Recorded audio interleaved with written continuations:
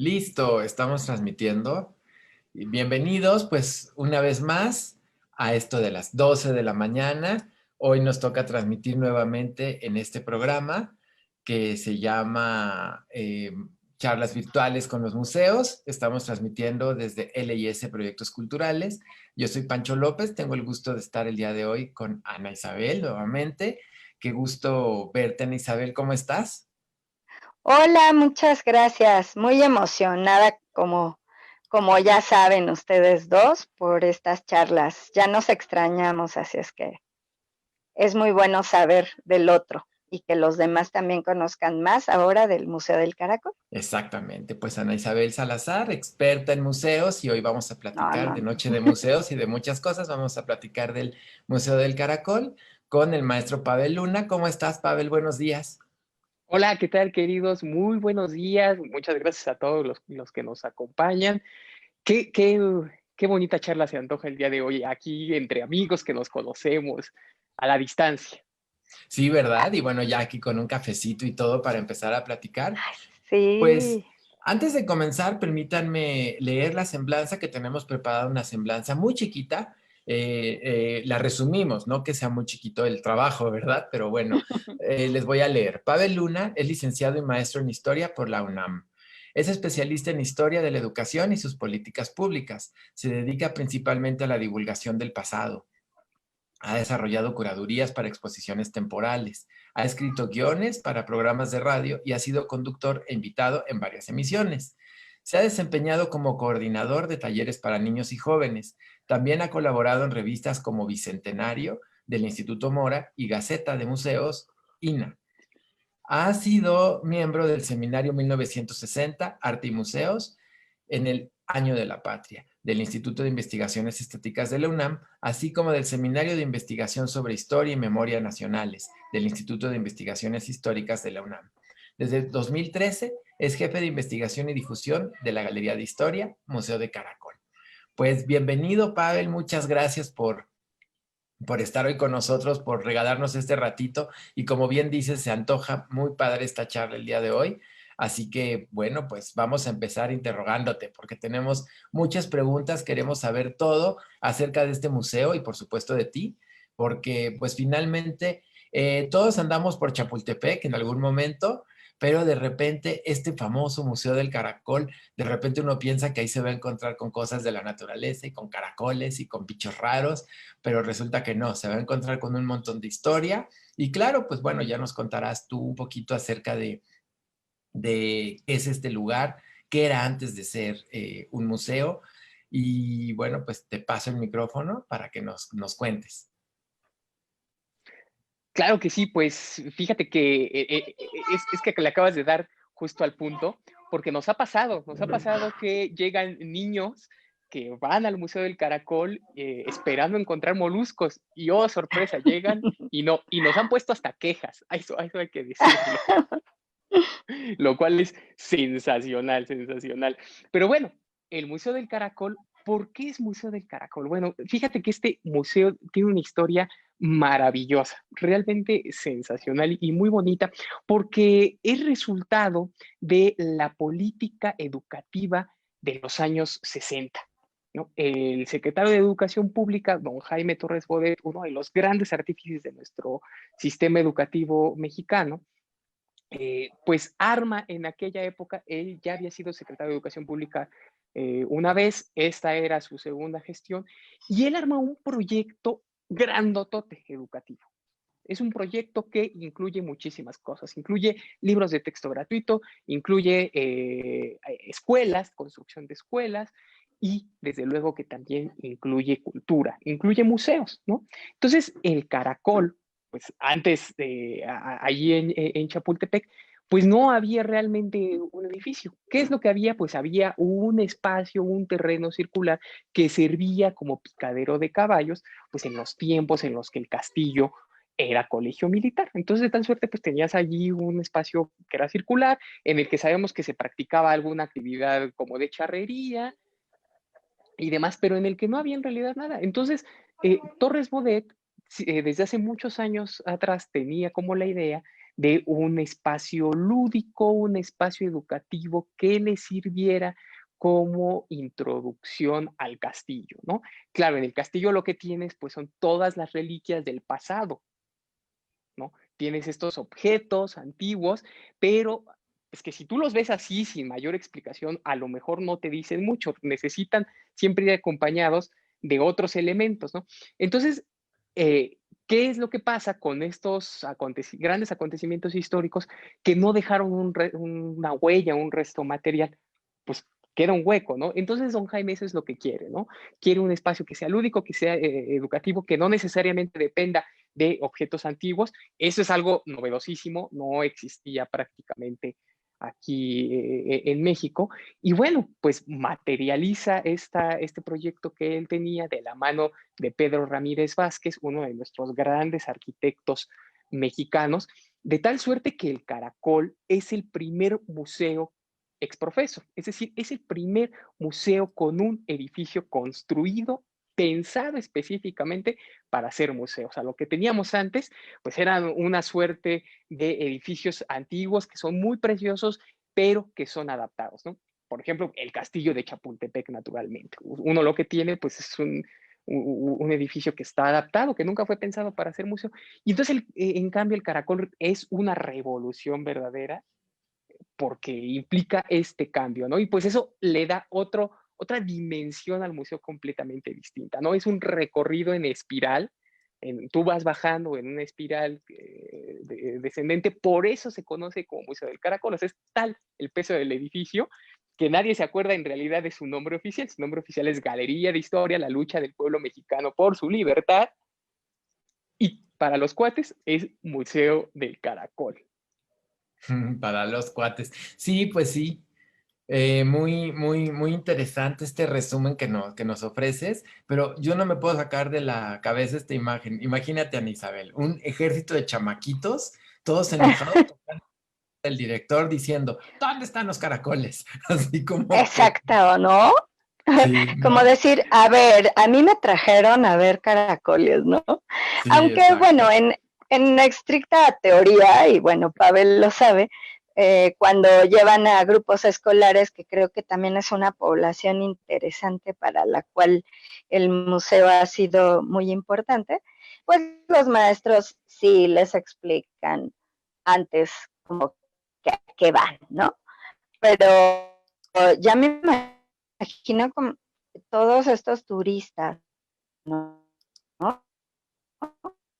Que van ahí. Pero era súper interesante entrar a este lugar tan diferente a otros espacios, por lo mismo de su arquitectura. El que haya sido exprofeso construido para hacer un museo le da una apertura que uno como que disfruta, aunque lo haces de manera a lo mejor inconsciente, todo esto lo vas disfrutando y en mi particular punto de vista, esos dioramas que tienen son sensacionales, ¿no? El poder ver ahí como más perdón de la palabra, pero pues como que al muñequito que representa a ese héroe de la patria que tú tienes, creo que lo hace mucho más ameno al recorrido, ¿no? Y además pensemos que fueron de las innovaciones, como bien decía Pavel, para esos tiempos, ¿no, Pavel? Esa O tú qué nos cuentas acerca de las experiencias del Es que público. fíjate que de allí, del hecho de que del caracol todo haya sido creado para ser parte del museo, le ha dado una serie de características que a lo mejor no encuentras en otros espacios. ¿Por qué? Porque el hecho de que tú tengas un edificio pensado para ser museo, hace que en tu recorrido en el caracol no vayas y vengas y regreses y luego te pierdas y ya no sabes ni dónde estás, sino que hace que tú sigas una suerte de línea progresiva y eso también es parte del Ujú. discurso.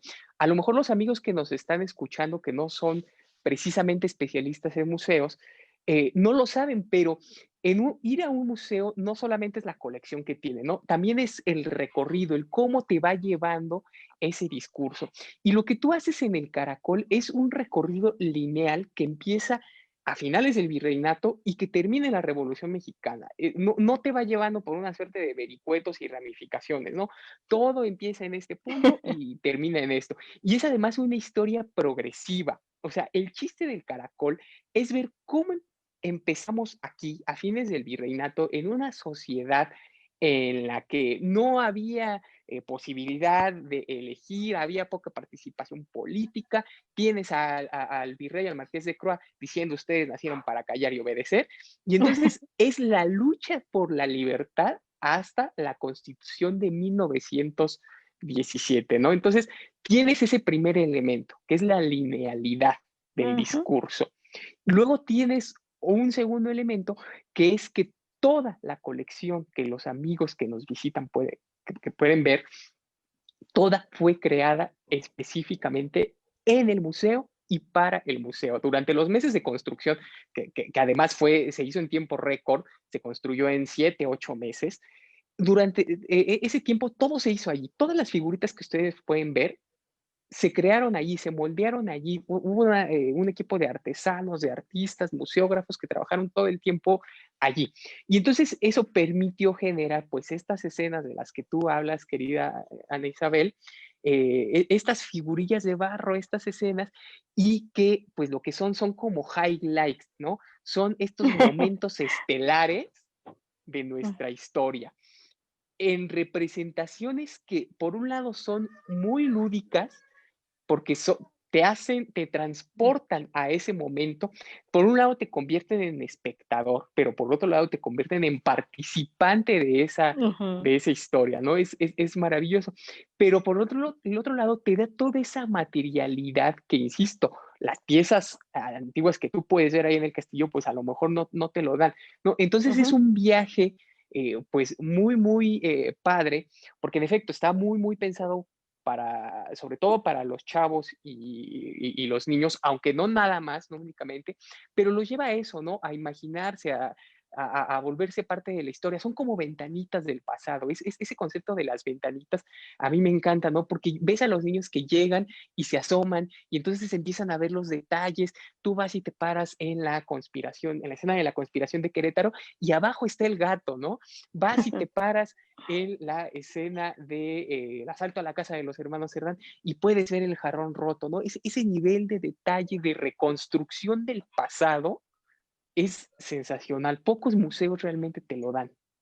Sí, fíjate que para mí es súper interesante esta parte que decías, cómo lo vives y cómo se ve realmente que es un museo hecho para su objetivo, ¿no? Desde el edificio, porque es muy fluido, o sea, tú vas y no, y como bien Pavel nos cuenta, no tienes que estar cambiando de salas ni nada, sino que ni siquiera como muchas escaleras ni nada de esto, o sea, tú vas bajando y así como lo haces, vas recorriendo el tiempo, porque algo a lo que se enfrentan mucho, creo yo, los museos de historia es justo esto, ¿no? El cómo hacer que vayas al pasado y que lo recorras de una forma mucho más natural o fluida, ¿no? Entonces, eso me agrada mucho del Museo del Caracol. Quien no lo conozca, cuando ya exista la oportunidad, pues ojalá vaya y se dé esa vuelta, como bien dices, un preámbulo muy diferente para entrar a lo que es ya el Museo Nacional de Historia, el Castillo de Chapultepec. No, además bien interesante que aparentemente tan chiquito, pero son 12 salas de entrada, son 12 salas y otras sorpresitas. Y además toda esta cuestión del diorama, que es como bien interesante porque te permite en diferentes niveles recrear pues un montón de cosas, ¿no? Yo cuando conocí esta técnica del diorama con la maestra Chelet, que fue quien me enseñó, quien me introdujo a estas cosas del collage, del diorama, del recorte, del pop-up y todo esto, pues obviamente quedé fascinado, ¿no? Y en este museo, pues recurren bastante a esto, pero lo hacen de una manera bien bonita y como que la gente pues se puede, como dicen, me encanta asomarse a ventanitas del pasado, es como bien, bien padre, ¿no?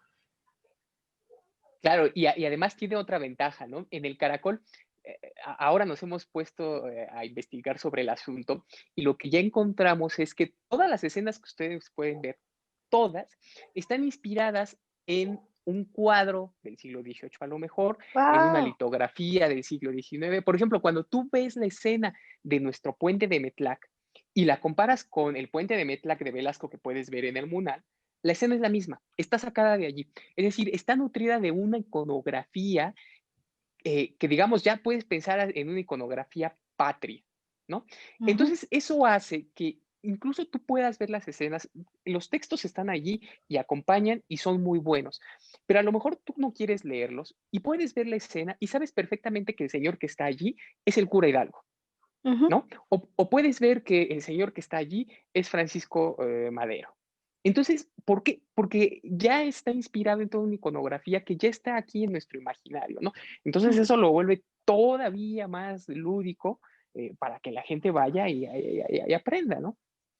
Y súper Sí, interesante, ¿no? Porque de una forma así, tan aparentemente inconsciente, tú vas directo a esa escena, ¿no? O sea, por ejemplo, el grito de Dolores, ¿no? Ahí en ese momento, etcétera.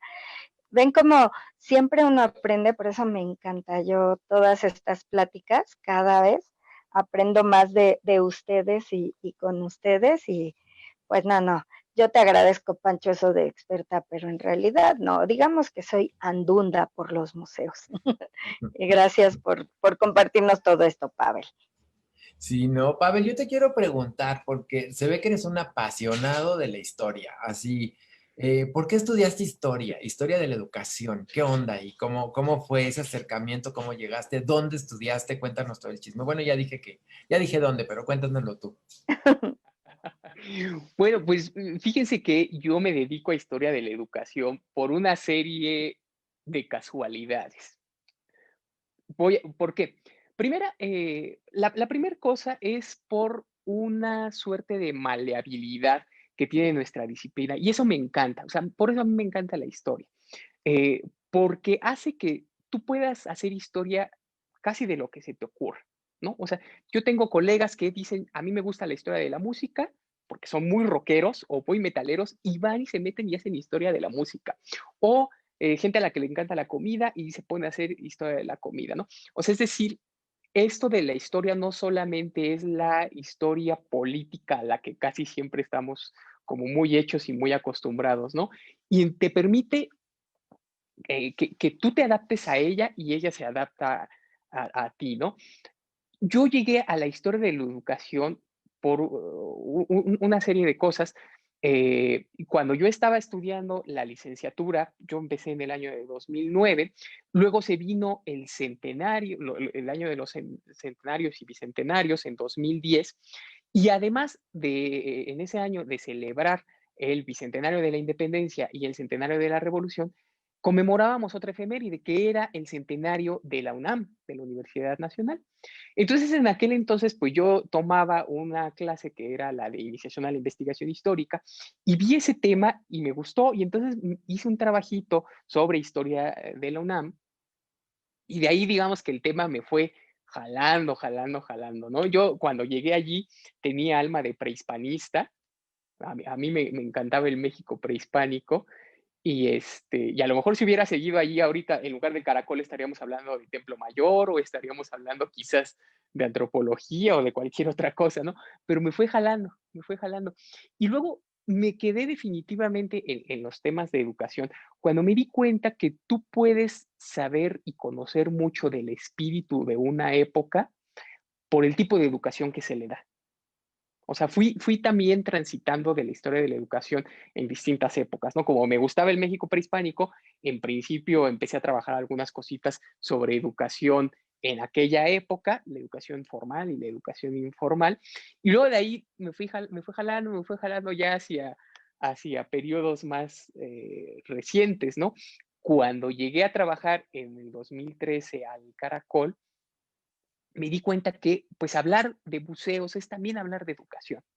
¿no? Siempre estamos un poco también acostumbrados a que cuando hablamos de museos solo los pensamos en términos o de historia cultural o de museología o de museografía, ¿no? Pero eso también es educación, ¿no? No solo nos quedemos encasillados con esta idea de que educación es igual a instrucción, que es igual a escuelas y aulas, ¿no? Es también toda una serie de elementos que informales o formales que están allí jugando, ¿no? Y los museos, pues allí están, ¿no? Son elementos educativos muy, muy importantes. Entonces, pues de ahí me arranqué y me seguí, me quedé ya instalado en educación en el siglo XX. Pues qué interesante, ¿no? O sea, es como hablar de cultura, ¿no? O sea, todo lo que significa cultura, así no solamente es lo relacionado a las artes, sino que pues es incluso lo que comemos, lo que cocinamos, las tradiciones, lo que pasa en las calles, ¿no? Entonces es como muy interesante esto que nos cuentas, Pavel. Jefe de investigación y difusión. O sea, todo lo que tienes que hacer ahí, ya me imagino. Así estás, además de haciendo programas, compartiendo en redes y de todo, ¿verdad? Todólogo. Pues sí, lo que pasa es que nosotros que estamos aquí en museos lo sabemos, uno nunca acaba haciendo nada más lo que le toca en los museos, ¿no? Siempre hacemos 80 cosas más. Y pues el Caracol es en ese sentido un museo chiquito, no necesariamente de espacio, sino de estructura, de gente, ¿no? Allí colaboramos unas 30 personas y entonces casi siempre los museos tienen por un lado un departamento de investigación, en el que tienen varios investigadores, y luego por el otro lado está pues la difusión, ¿no? La gente que se dedica a hacer comunicación, actividades y demás, ¿no? Pues acá somos tan pequeños que lo tenemos condensado en en un solo lugar, ¿no? Pero pues es muy padre, ¿no? Porque eso te obliga a ir conociendo sobre cosas a las que pues, en principio no hacías, no estabas acostumbrado y aprendes un montón. O sea, la gente que estamos, sí o no, Ana Isabel, la gente que estamos en museos, acabamos Súper. aprendiendo de todo, de todo. Esa es una de las grandes noblezas que tiene nuestro trabajo. La verdad que sí, ¿eh? Entra uno y es una cosa súper bonita ver y enterarte de lo que hace tu compañero, el otro, esto, y creo que sí es mucho de saber hacer equipos, ¿no? Porque aquí todos, como hoy, nos apoyamos y nos estamos echando porras y todo pues para seguir con este trabajo que, como bien decía él, es apasionante y que muchas veces la vida misma como que nos va llevando, ¿no? Así a irte adentrando cada vez más y más en estos temas. No, y veo además que están súper activos también, bueno, o sea, en tiempos, no en los tiempos de pandemia, ¿verdad? Pero vi que dan talleres, que hacen un montón de actividades, vi que había un taller de banderas, o sea, tienen todo un programa educativo, pues, que se amplía a los niños y a, pues, a todo tipo de personas, ¿no? Cuéntanos un poquito de estos talleres, cómo son o cómo eran en el momento, cómo los vamos a retomar cuando podamos salir a la calle y meternos a los talleres que nos gustan. Pues sí, en el Caracol tenemos nuestra área de servicios educativos, que es gente bien, bien pilas, hacen unas cosas maravillosas y pues además de dedicarse a Ujú. dar los recorridos guiados a los grupos escolares, pues hacen este tipo de cosas, hacen talleres, ¿no? Entonces, bueno, eso era nuestro trabajo, nuestra chamba en la vieja normalidad, ¿no? Nos empezamos a confinar y pues nos dimos cuenta que no podíamos simplemente dejar nuestras actividades allí sueltas, ¿no? Teníamos que seguir acompañando a la gente pues, en estas plataformas digitales y virtuales y pues nos hemos estado dedicando a hacer talleres, a hacer actividades, a hacer videitos, publicaciones, rompecabezas, un, eh, un montón de cosas desde aquí, desde nuestras casas, para la gente que también está allá en sus casas. Ujú. Y pues hemos estado teniendo actividades muy variadas, ¿no? En estos días patrios tuvimos, por ejemplo, la semana pasada, tuvimos una representación virtual del Grito de Dolores, un sociodrama que siempre se hace allá con público, ahora lo hicimos solamente con trabajadores del museo allá. Y estamos teniendo en efecto un taller de banderas. Nuestra segunda sesión será este sábado. Bueno, que para todos los amigos que les interese, pues todavía están a tiempo de registrarse. El taller es gratuito. Y pues seguimos nosotros trabajando a la distancia, lo cual fíjate que además es muy padre, tiene sus asegúnes, ¿no? Porque sabemos que el museo sí es el espacio, entonces sí se extraña mucho la experiencia de trabajar allá y de visitarlo, pero también estas plataformas ahora nos Ujú. permite una serie de posibilidades que antes no teníamos. Te pongo un ejemplo, el sábado, no es cierto, el domingo, pues fue 13 de septiembre, fue Día de los Niños Héroes, y entonces hicimos una charla, organizamos una charla sobre los niños héroes y sobre si Juan Escutia se había o no aventado con la bandera, en fin. Y yo decía, bueno, siendo domingo a las 11 de la mañana, bueno, si se conectan 60, 70 personas, nos daremos por bien servidos. Y no, llegaron 1000 personas.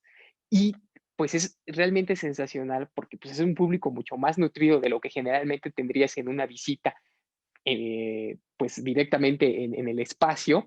Y además eso le permite a la gente que no está aquí en la Ciudad de México, pues estar al tanto de estas actividades, ¿no? O sea, de pronto nos empezaron a escribir, oigan, saludos desde Chiautla, saludos desde Oaxaca, saludos desde Yucatán, ¿no? Y eso es fantástico, o sea, ha posibilitado que acerquemos el museo y el espacio, pues a gente que en principio no tienen, no, o no siempre tiene la posibilidad de verlo, de estar en contacto con nosotros. Entonces, tiene como sus ventajas y sus desventajas.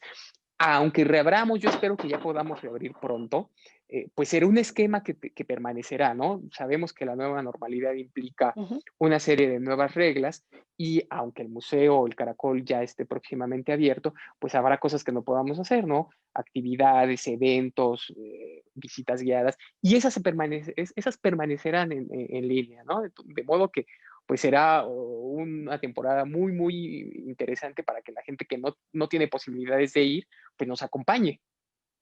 Sí, eso está padrísimo, está padrísimo. Hay una parte que me encanta de la página del Museo del Caracol, que es la tareoteca. Me encanta porque ya tienen ahí así como mucho material listo para ayudarle a los estudiantes a hacer la tarea. Entonces me encanta ¿de quién fue esa idea? Bueno, pues esa es una idea, o sea, en realidad la idea no es nueva. Lo que pasa es que el caracol, en ese sentido, digamos, no puedes disociarlo, caracol y escuelas, ¿no? Educación. Otra vez, el tema educativo. Ujú. Entonces, parte de la vocación del caracol siempre ha sido acompañar a los grupos, a los maestros, ¿no? Desde hace muchísimos, muchísimos años, pues se han desarrollado materiales que tienen como objetivo eso, hacer que los maestros y los alumnos que van eh, se lleven un aprendizaje todavía mayor, ¿no? Entonces, parte de eso, pues, ha sido la tarioteca, desde luego. Tenemos una cantidad de materiales allí que se pueden ver, que se pueden descargar. Está, por ejemplo, nuestro cedulario también en nuestra página web. O sea, tenemos ahí nuestra campaña, no copies cédulas. Eso, Ay, híjole, a mí me sí, da, por favor. yo creo que a todos los profesionales de museos, ¿no? Y este es un buen momento para hacer una Sí, por llamada. favor, no. No copien cédulas, no lo hagan, no lo hagan. Casi todos los museos hoy en día tienen o sus cedularios o mucha información en internet. O sea, el chiste de ir al museo es disfrutarlo. Ujú. Ya después verán de dónde sacan el datito que les hacían falta, ¿no? Vayan y disfrútenlo y gócenlo. Si les queda alguna duda, si les falta información, nosotros los acompañamos, ¿no? Siempre, por eso los museos tenemos o nuestras redes sociales o nuestra página de internet o nuestros canales de YouTube, etcétera, para acompañarlos en esa otra parte, ¿no? La de la información quizás más dura. Pero ir al museo tiene que ser eso, la experiencia de ir y disfrutarlo y llevarse un aprendizaje que es muy, muy personal en ese sentido, ¿no? Pero sí, o sea, parte de nuestra chamba, pues es acompañar a los maestros, ¿no? Nos hemos dedicado también a trabajar con grupos, digo hemos porque no hemos, nuestros compañeros de servicios Sí. educativos se han dedicado muchísimo, muchísimo a estar en contacto siempre con los maestros, con los grupos escolares y acompañarlos y desarrollar materiales y talleres pensados especialmente para ellos, ¿no? A mí me sorprendió mucho que en este último taller de banderas que tuvimos se conectaron algunos maestros porque su idea era ver cómo lo instrumentaban después con sus grupos escolares. Y eso es fantástico. Ujú, Completamente cierto. Oye, súper. Ana Isabel, y cuéntanos tú qué Sí, onda con las noches de museos en el Caracol. Cuéntanos ahí tu experiencia, qué planes hay, sí, cómo han no. participado. A ver, échanos el chisme, porfa.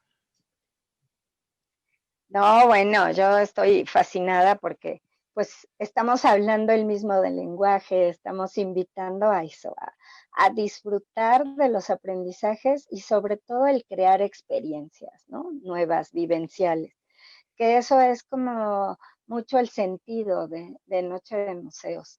Y cuando uno va a una noche de museos en el Caracol, tienes tanto que disfrutar porque desde el mismo espacio tú entras y hay unos ventanales también muy bonitos que te ayudan a tener una vista que no siempre es posible de la ciudad y que acompañado con todo este recorrido que ya nos ha estado narrando Pavel, imagínate tú que antes de eso, en una noche de museos o después, depende a la hora que llegues, te encuentras con cuentacuentos, ¿no? Con cuentacuentos que te hacen ir a esos lugares y a esos eventos históricos desde otra manera, ¿no? O que nos cuentan de nuestra identidad.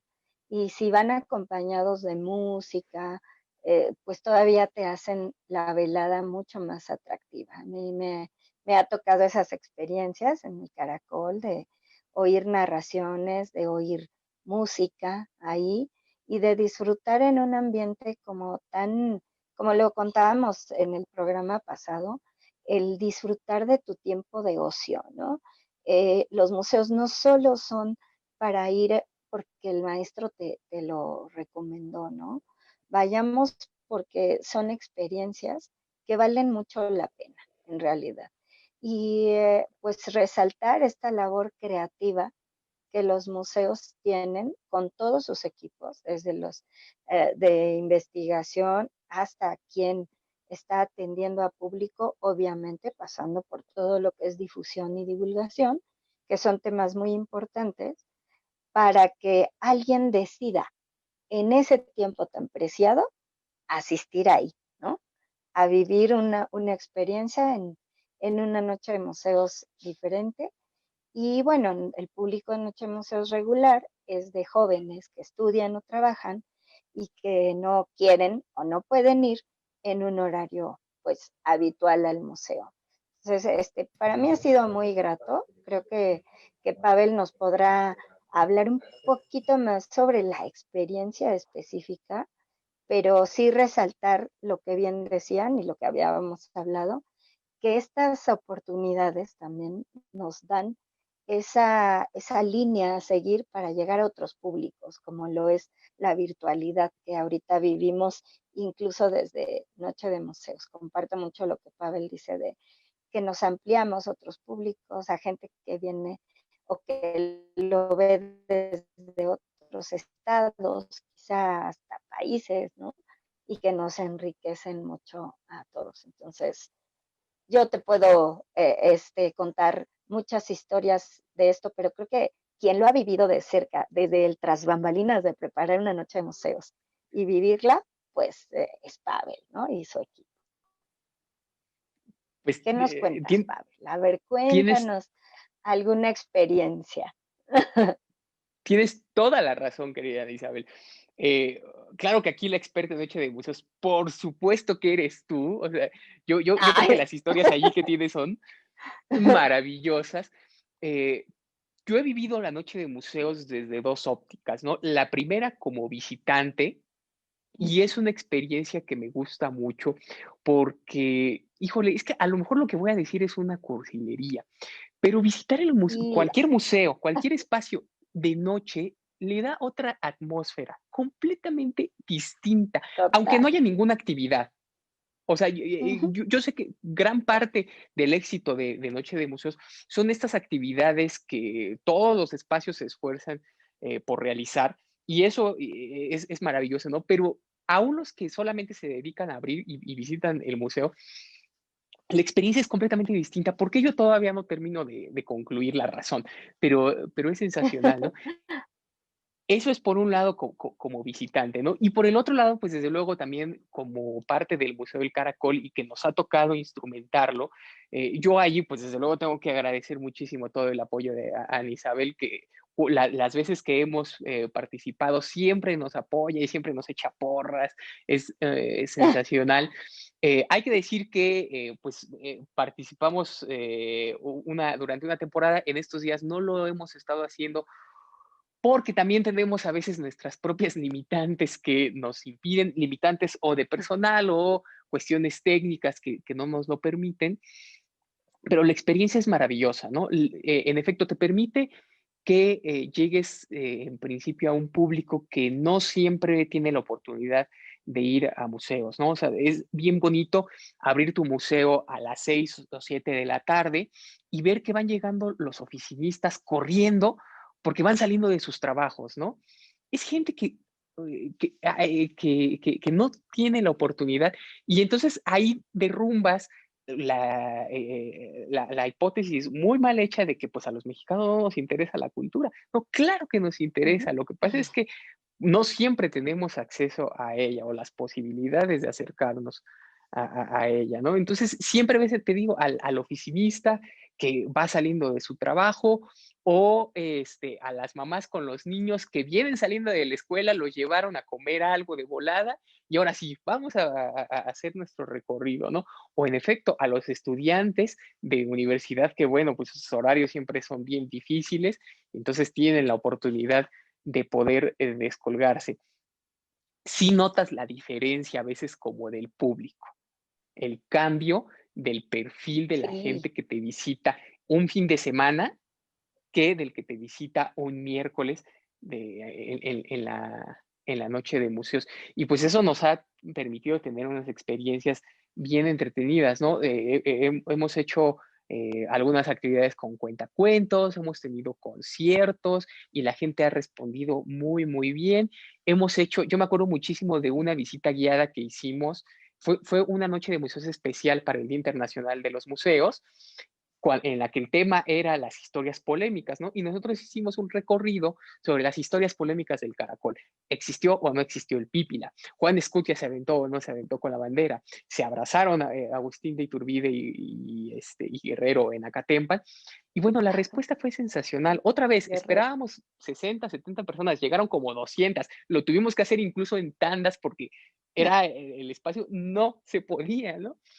Y claro, también tienes la ventaja de que pues estando en Chapultepec el ambiente es otro. También lo hemos aprovechado, eso lo hicimos alguna ocasión, 2 o 3 veces. Hicimos una observación astronómica. Claro, estás en Chapultepec en un espacio que es boscoso y además estás en la punta del cerro en donde pues te quitas toda la contaminación visual, lumínica.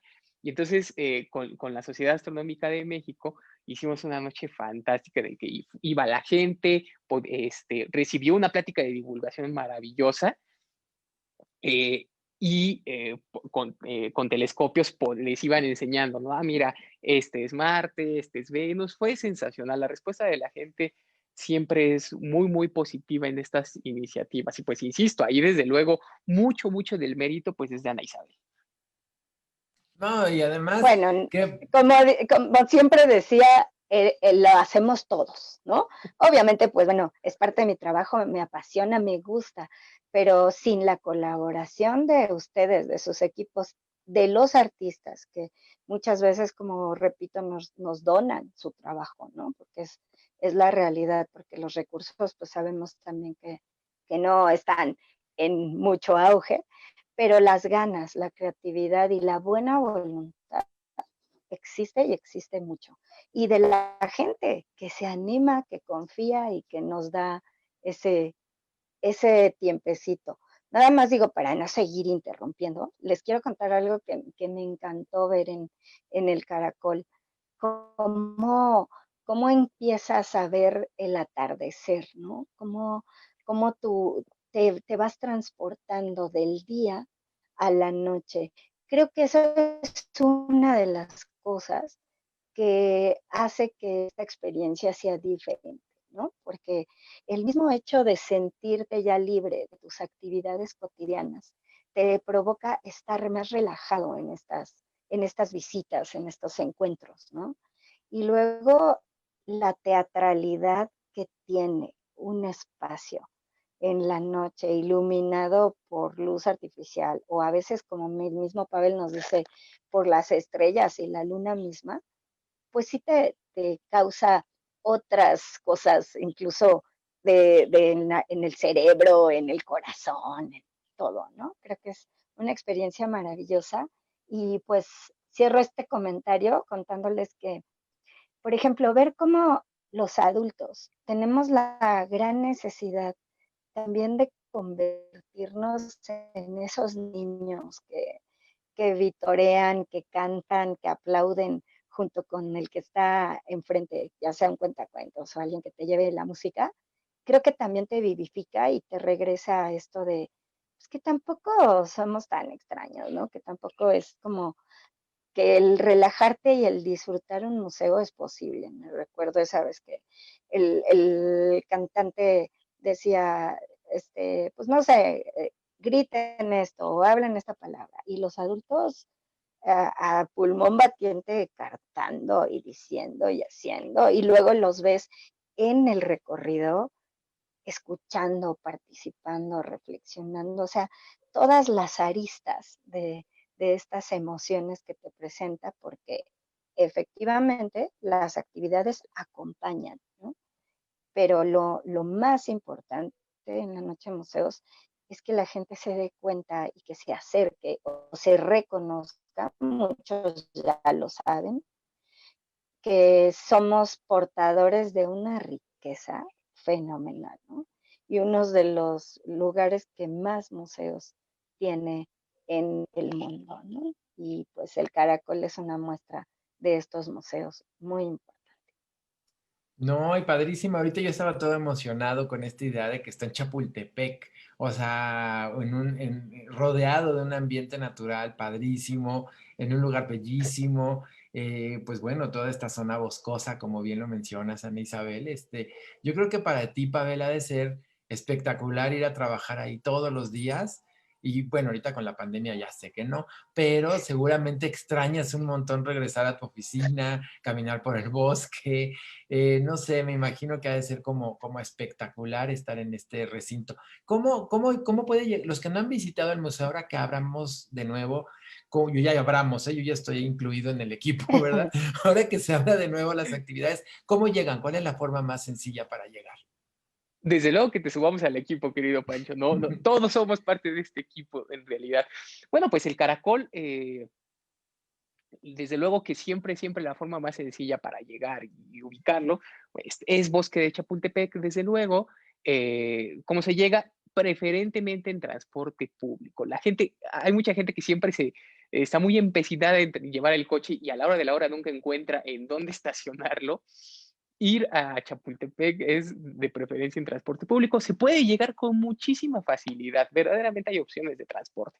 Se llega en metro, estación Chapultepec, se llega en Metrobús, estación Gandhi o estación Chapultepec, se llega en autobús también, circuito bicentenario, los autobuses que pasan por allí, y pues llegar es muy sencillo. Uno va subiendo la misma rampa que lo lleva al castillo de Chapultepec, va subiendo y como 200 metros antes de llegar van a encontrar una curvita y hay una desviación hacia el caracol, ¿no? A veces a la gente se le pierde un poco el museo porque es además desde luego otra de las características que tiene.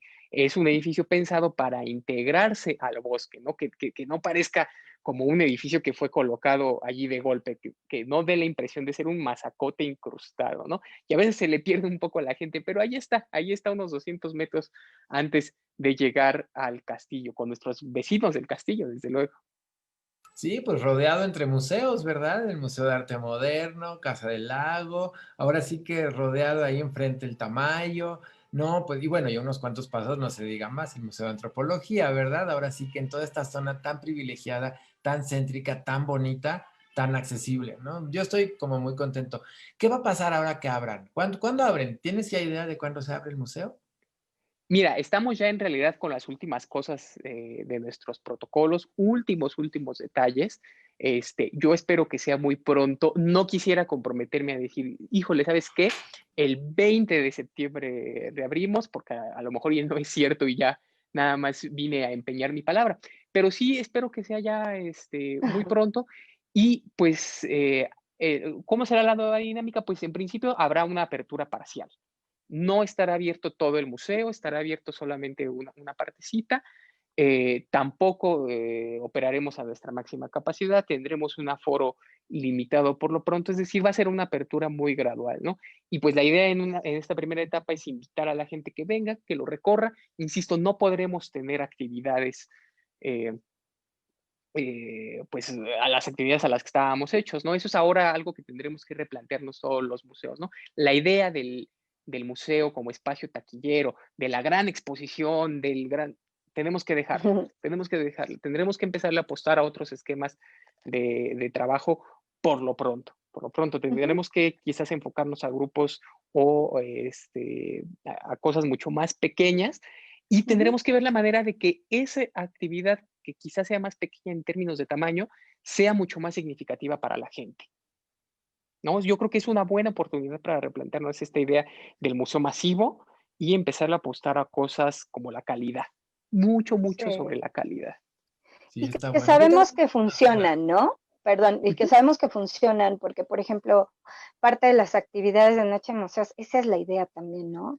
Grupos como Ujú. más pequeños, más cercanos, donde el diálogo, donde el intercambio de conocimientos, de experiencias, etcétera, apuntarle a las experiencias y bueno, ¿será que vamos a aprender todos a esta parte de cómo vamos a manejar la proximidad, ¿no? Porque existe un gran y fuerte miedo al otro y al contacto que ojalá y pronto podamos entender y pues trabajar de otra manera para recuperar esta confianza en la relación, ¿no? De persona. eso, y creo que le acabas de dar al punto, querida Ana Isabel, porque yo creo que parte de todo esto es hacerle ver a la gente que cuando la pandemia termine, habrá que reconstruir un montón de cosas. Y yo creo que allí los museos seremos muy buen acompañamiento, ¿no? Para volver a hacer que la gente viva, que disfrute sus espacios públicos, que disfrute la ciudad, que vaya y haga. Ahí yo creo que seremos un acompañamiento fundamental. Los museos y todas las actividades culturales, ¿no? Creo que van a jugar un papel Así es. fundamental en la reconstrucción social después de esto. Pues sí, ahora sí que no tenemos de otra, ¿verdad? Yo tenía una duda que quería preguntarte. Además de la colección, de lo que ya No, está siempre en el museo, ¿hay de repente exposiciones temporales? ¿También tienen este tipo de muestras? Sí, hacemos exposiciones temporales muy chiquitas, no crean que es la exposición, en parte porque también casi siempre seguimos con este planteamiento del museo, ¿no? Tratamos de no trabajar tanto con piezas antiguas, aunque lo hemos hecho, a veces nos han prestado cositas del castillo y demás, pero tratamos de trabajar casi siempre con gráficas, ¿no? Y hacemos exposiciones, hemos hecho exposiciones sobre la Biblioteca del Niño Mexicano, por ejemplo. Poquito antes de empezar los confinamientos teníamos una exposición que yo francamente venía pensando desde hace muchísimos años, porque se cumplen 150 años de la publicación del Libro Rojo, que es un libro muy padre del siglo XIX, obra de Manuel Paino y Vicente Riva Palacio, y que tiene unas litografías padrísimas. Ahí lo que vale realmente la pena del libro son las litografías. Y es un libro sobre digamos, muertes históricas famosas, ¿no? Ahí está la muerte, desde luego, de Hidalgo, de Allende, de Maximiliano, de un montón de personajes. Y teníamos esa exposición, se nos quedó pendiente porque la inaugurábamos 21 de marzo, el día que empezaron los confinamientos aquí en México, ¿no? Entonces, cuando reabramos, pues tendremos que retomar esa exposición. Parece que va a venir una también conmemorativa, porque eso hay que decirlo, este año cumplimos 60 de vida, entonces pues también hay que, aún a la distancia hay que seguir haciendo cosas y hay que seguir celebrándolas, ¿no? Así que sí, también tenemos exposiciones temporales que complementan de una u otra forma, pues lo que la gente ve en la colección permanente. Y algo padre que quiero resaltar es que tienen todo este acceso con silla de ruedas, que la gente puede ir, que puede entrar fácilmente. Eso es como bien importante porque, bueno, casi todos los museos lo tienen, pero de repente, pues sí, invitar a todas las comunidades a venir al museo. También tienen otros proyectos incluyentes.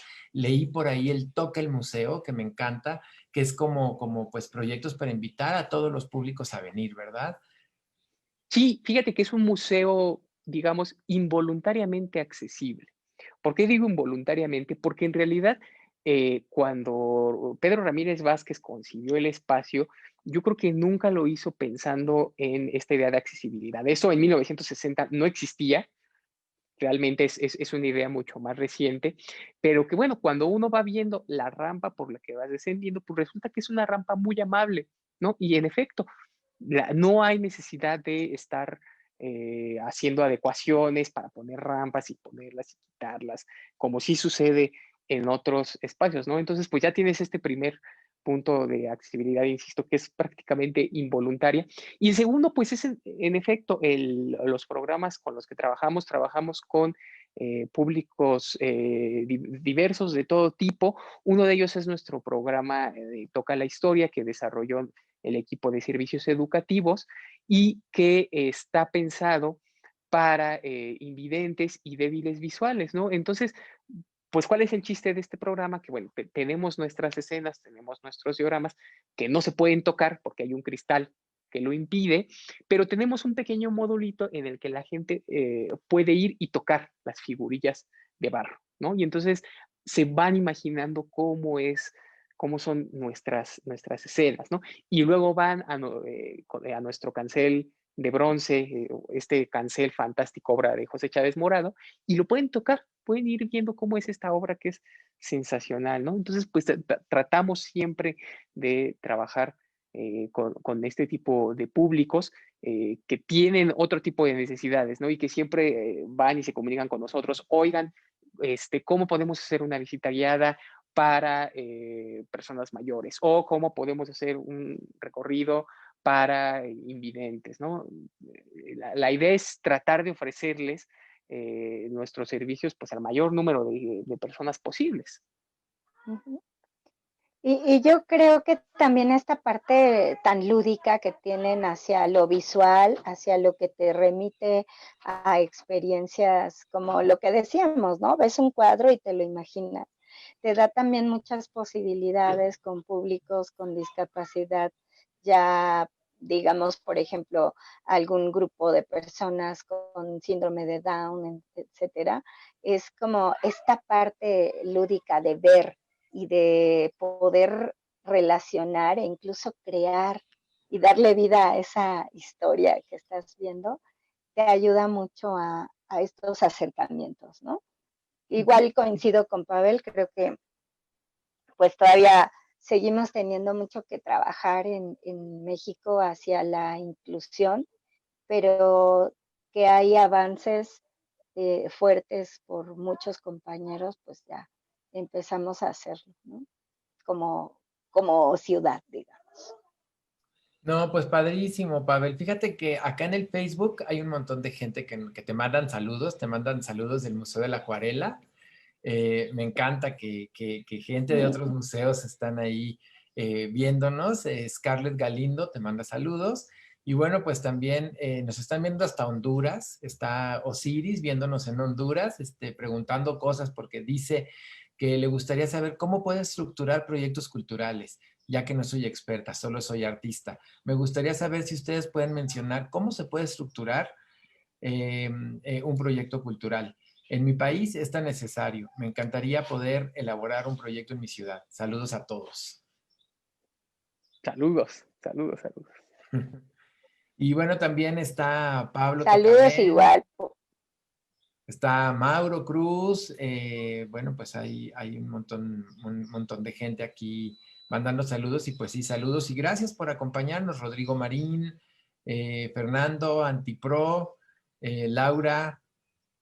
Marta Robles. Bueno, pues ahora sí que aquí nuestros amigos. Saludos a Marta, que por cierto es parte de este equipo de servicios Ah, educativos que tanto, Pues, tantas propuestas tan padres hacen para el museo.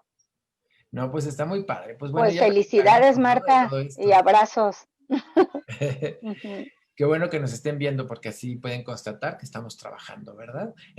Y digo, para que no se quede sin respuesta a lo que nos dicen de Honduras, pues hacer un proyecto cultural, la verdad que tiene muchos pasos que si nos pudiéramos ahorita a pensar, pero pues si ella quiere dejar ahí en el Facebook o en inbox aquí en LIS sus datos, pues quizá le podamos por lo menos dar algunas recomendaciones, ¿verdad, Pavel?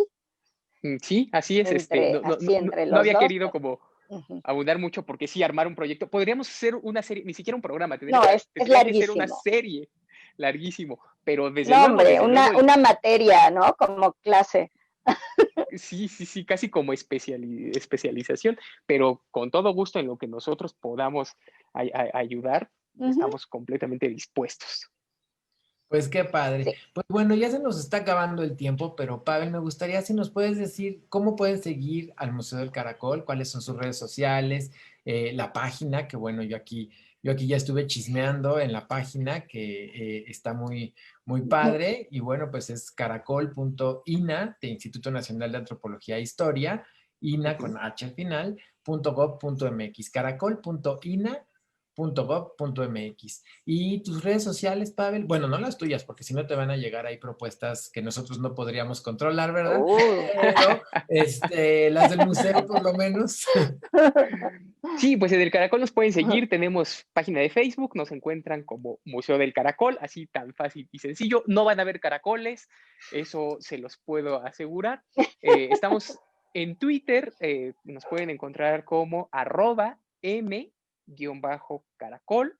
Nos pueden buscar en Instagram de la misma forma, m_caracol, o buscan Museo del Caracol y seguramente allí les va a aparecer. Y pues allí siempre estamos nutriendo de contenido, les contamos qué actividades vamos a tener, subimos audios, subimos videos, tratamos de estar acompañándolos siempre a todos los amigos.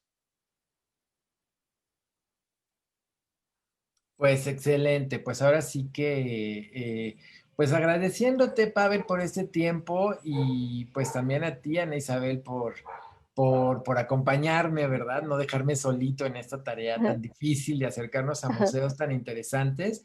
Y bueno, pues también ahora sí que ya estaremos planificando la siguiente noche de museos. Yo ya también ya me estoy sumando con Ana Isabel, ¿verdad? A organizar, porque pues sí, ya te llevaré. Yo tengo caracoles aquí abajo. Hay una jardinera que siempre que llueve salen por todos lados los discretos, pero se ponen a medio camino. Siempre hay que estarlos regresando a la jardinera para que no los pisen. Pero bueno, ahí te llevaremos unos para compartirte. Claro que sí. Y No van bueno, a ver caracoles, pero van a vivirlo, ¿no? Se van a meter dentro de un caracol mientras recorren la historia, digamos. exactamente. Y, Pues qué y bueno, padre. mientras eso llega, la virtualidad a todo lo que da, ¿verdad? Así es que Así es. visiten las redes, es ¿Algo más, bien Pavel? ¿Algo que interesante. nos quieras contar? ¿Algún último chismecillo por ahí? ¿Algo interesante? Pues ninguno en principio, nada más, no me queda más que agradecerles por esta oportunidad de estar aquí charlando entre amigos, estar charlando con los colegas que nos están viendo, con el público en general que también nos está viendo, invitarlos a que aún desde sus casas, pues consuman contenido, ¿no? Visiten las páginas de los museos y desde luego que en cuanto puedan, vayan y visiten estos espacios, ¿no? Que nosotros nos debemos siempre a ellos, al público que nos visita, ¿no? Entonces, pues así. Pues muy bien. Pues muchas gracias, Pavel. Sí, Muchas gracias, Ana Isabel. Y pues nos vemos la semana que entra. Recuerden que pueden ver los programas, se quedan grabados, nos están preguntando. Sí, se queda grabada la sesión en LIS Proyectos. Y a nombre de Lisette San Román, pues les damos las gracias. Nos vemos aquí el próximo jueves a esta hora, a las 12 del día. Vamos a estar platicando con un museo bien interesante, que es el Museo UNAM Hoy. Vamos a platicar con Claudia Garza. Y bueno, pues aquí los esperamos el próximo jueves a las 12 en estas charlas virtuales con los museos. Pues bueno, pues síganos en Facebook y pues un beso, Ana. Ana. Igual, Ana. un gusto platicar con ustedes y verlos a través de esto, de esta pantallita que por lo menos nos acerca un poco más. Gracias, Pavel. Siempre mi agradecimiento, mi reconocimiento al trabajo que haces y al trabajo que en general hacen en el museo, desde la dirección hasta todos los compañeros, incluso los que ayudan en la limpieza, etcétera. Todos son una parte muy importante.